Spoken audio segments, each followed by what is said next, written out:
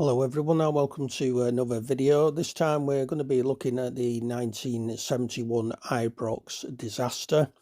Firstly, we will take a brief look at a disaster that occurred before then. This was the incident that occurred during the 1902 home international between Scotland and England.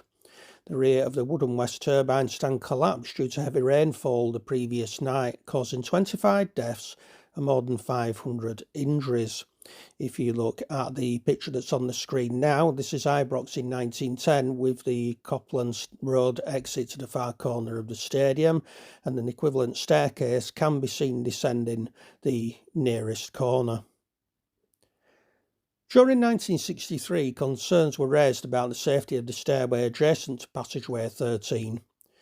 This was known as stairway 13, the exit closest to Copland Road subway station. It was documented that the stairs provided very little freedom of movement due to crowd pressure. Many were lifted off their feet by the crowd and had no choice in which lane they were going to use or at what pace. On the 16th of September 1961, 2 people were killed in a crush on the stairway. In 1967, 8 spectators were injured when leaving the stadium. In 1969, 26 were injured in an accident on stairway 13 during egress. No measures were taken to consult a professional firm to discuss the potential danger from crowds on stairway 13 following these events. Subsequent to the 1961 accident, Rangers had by then spent a total of £150,000, equivalent to 3.2 million roughly in today's money, on improvements to Ibrox, a significant sum of money for the time. So on to the disaster of 1971. 62 people were killed in a crush as supporters tried to leave the stadium.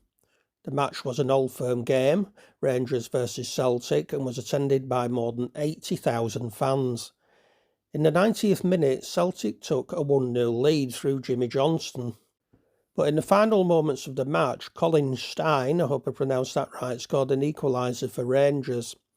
As thousands of spectators were leaving the ground by stairway 13, it appears that some may have fallen, causing a massive chain reaction pile-up of people.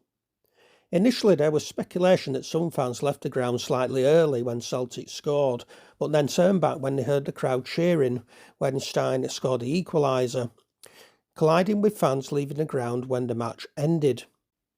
The official inquiry into the disaster indicated that there was no truth in this hypothesis, however, as all of the spectators were heading in the same direction at the time of collapse. Most of the deaths were caused by compressive asphyxia, with bodies being stacked up to 6 feet deep in the area. More than 200 other fans were injured.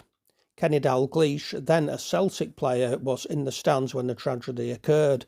Dalglish was also present at the Heysel and Hillsborough disasters in 1985 and 1989 respectively with Liverpool. 66 people died on the day at the stadium as a result of injuries incurred during the disaster.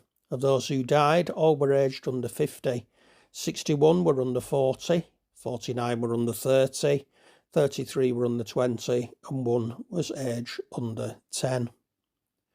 The loss included many children, 5 of whom, Peter Easton, Martin Patton, Mason Phillips, Brian Todd and Douglas Morrison, were schoolmates from the same town of Markinch in Fife. I hope I pronounced that right.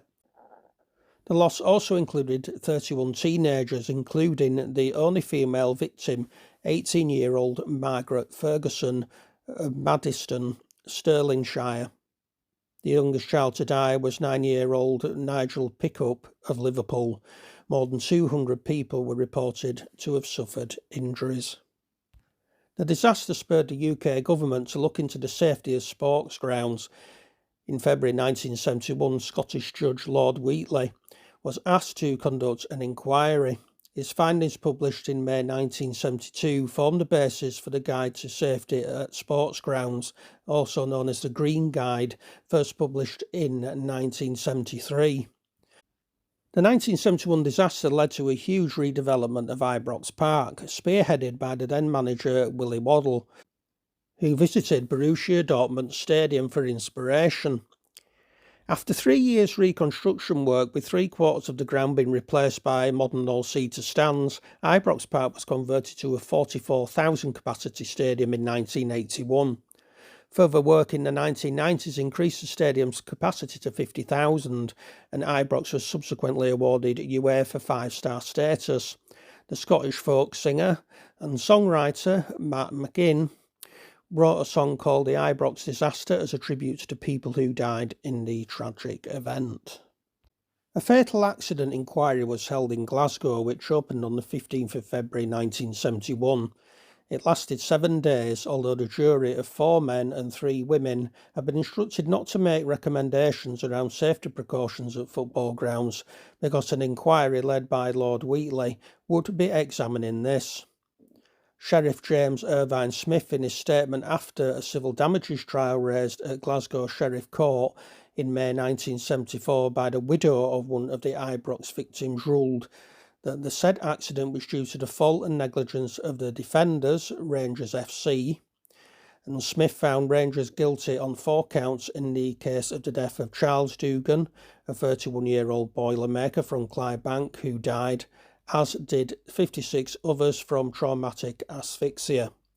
After hearing a series of accidents in Stairway 13, including September 1961, when there were 70 people injured and 2 deaths, September 67, when 11 people were taken to hospital, and January 1969, when 29 people were injured, Sheriff Irvine Smith stated, "So far as the evidence is concerned, the board never so much as considered that it ought to apply its mind to the question of safety on that particular stairway, and would appear, if put it no higher, to have proceeded on the view that if the problem was ignored long enough, it would eventually go away.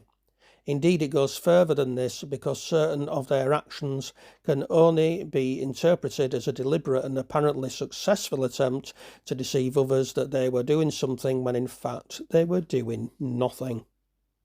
In the case of Charles Dugan and the further 60 cases brought by the relatives of the dead, Rangers did not dispute the findings of Sheriff Irvine Smith, and instead merely disputed the calculation of the damages, as can be seen from the appeal judgment on the sheriff principle. In his book, Irvine Smith states that almost 40 years after his decision, he was viewed with disapproval by some Rangers supporting friends, who accused him of disloyalty. For some years after the 1971 disaster, there was only a small plaque at the corner of the ground where it happened. However, in 1995, Rangers announced plans to commemorate the 66 fans killed in the disaster. On the 2nd of January 2001, the 30th anniversary of the tragedy, a larger monument was unveiled at the corner of the Bill Struth main stand and the Copland Road stand. The monument contains blue plaques displaying the names of each person killed in all 3 incidents. The statue of John Krieg, the Rangers captain at the time of the 1971 disaster, stands at the top of the monument. In 2011, the 40th anniversary of the disaster was commemorated before the Old Firm game on the 2nd of January 2011, when a 1-minute silence was observed before the game. Both teams wore black armbands as a sign of respect and were led out by John Krieg and Billy McNeil, the respective club captains at the time of the disaster, although McNeil had not played due to injury.